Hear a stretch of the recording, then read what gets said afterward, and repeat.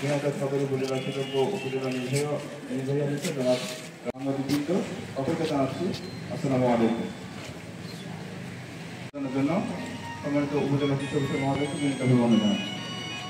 ধন্যবাদ ভাইরা, সাথে আমাদের সাংবাদিক ভাইরা আছেন, আমাদের ছাত্র আমরা আজকে মূলত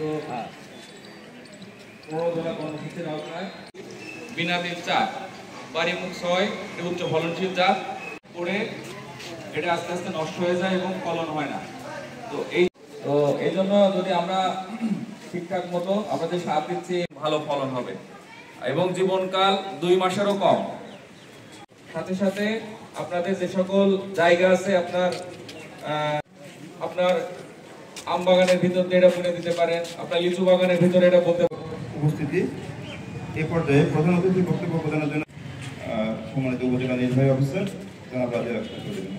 আমি প্রথমে ধন্যবাদ জানাচ্ছি যে সুন্দর একটি আয়োজন করার জন্য আমার ভূমিকা রাখা। ধন্যবাদ। তো এই পর্যায়ে আমরা একজন কৃষকের